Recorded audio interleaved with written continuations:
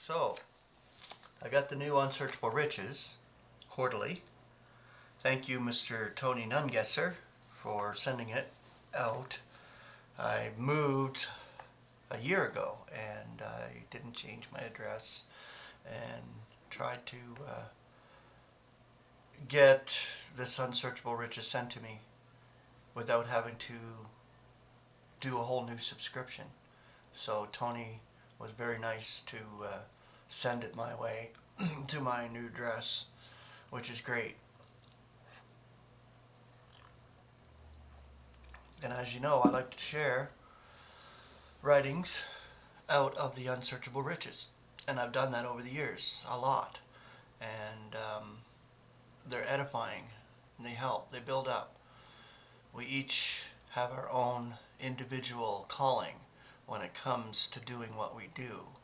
And my calling here on my videos is to share the treasures that God has graced me with to you, my brethren. And this is what God has blessed me to do.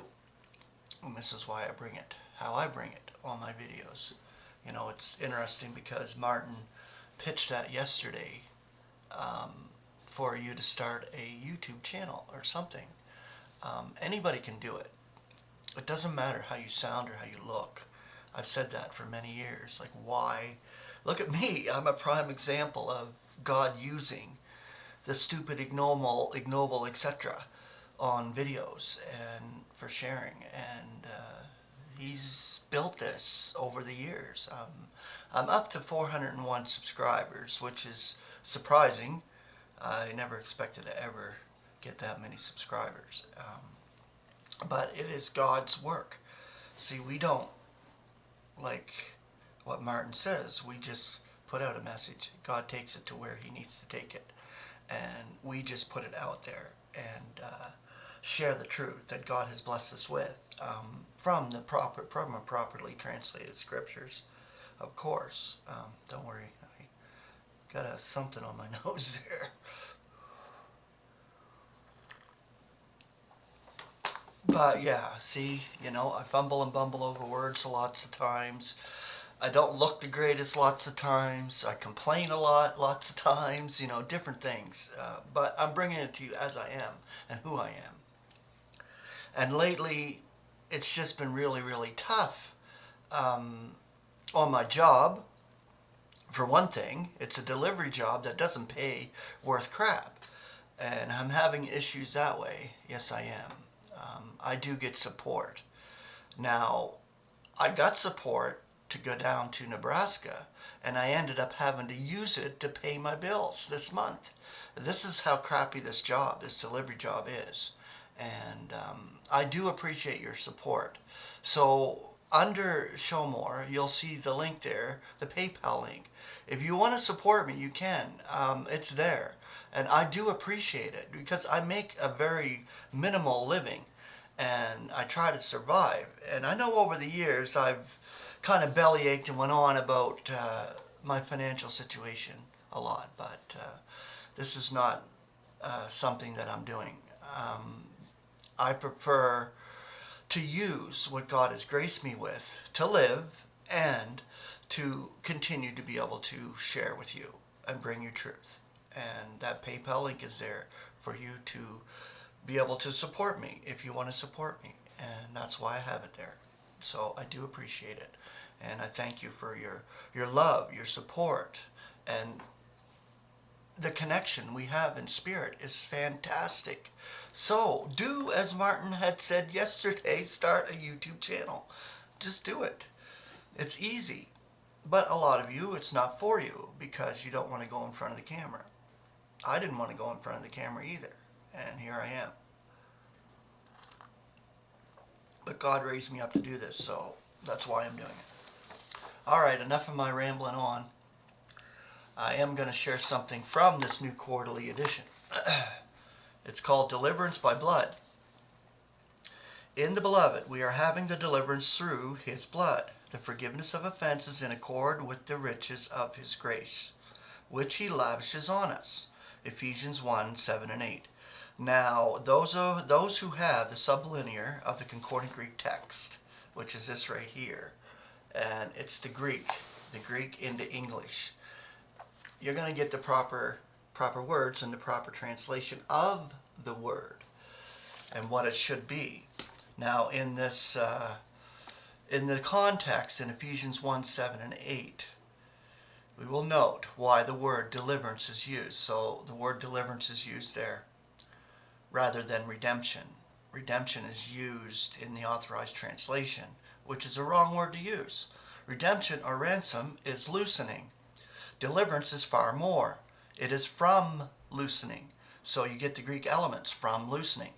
Its special force is evident in the 14th verse of this chapter, where the sealing of the Holy Spirit, which is only for those who have been redeemed, is until the deliverance of that which has been procured.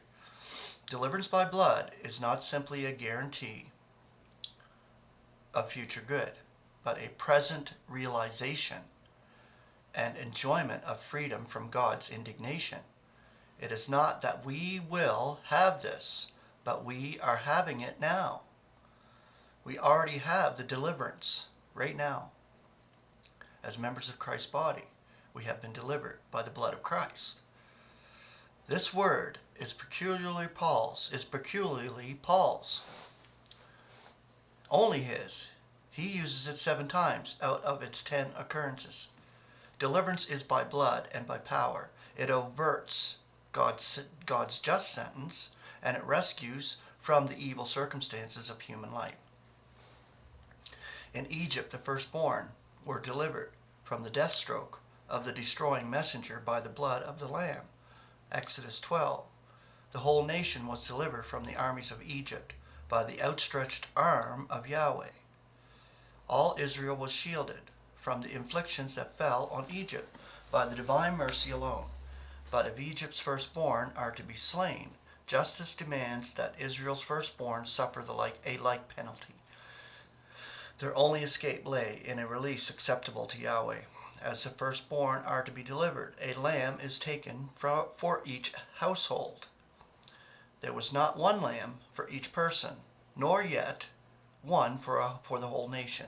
As in the antitype, there was, roughly speaking, one lamb for each firstborn in each household.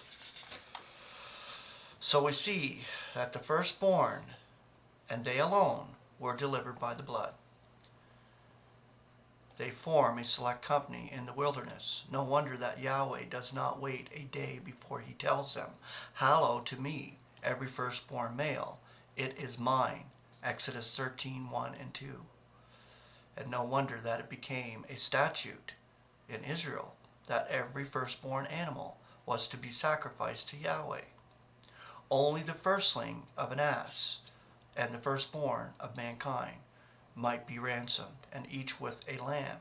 If not, then the animal's neck was to be broken. Exodus 13:13. Thus it was when they came out of Egypt.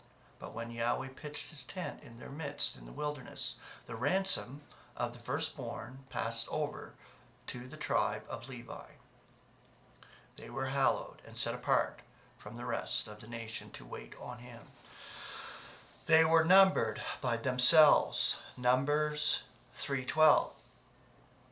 This is a precious picture of Yahweh's estimation of the blood, and it shows how he has only those near him who know a blood deliverance. All Israel were delivered from Egypt by power, but only those hallowed by the blood could draw near to him. The rest were kept outside his habitation. Okay, so we'll continue this tomorrow. It's an extensive article. It's by A. Enoch, of course, and it goes really in depth here of the sacrifice Christ made and his blood and what his blood pays for. The types and shadows in Israel and the sacrifices they used back then were just types. And if you go through the Hebrew scriptures, you can see a lot of types and shadows pointing toward Christ and what he did for the whole of creation. So the real sacrifice was Christ and his blood. All right. Grace and peace. Have a beautiful Saturday.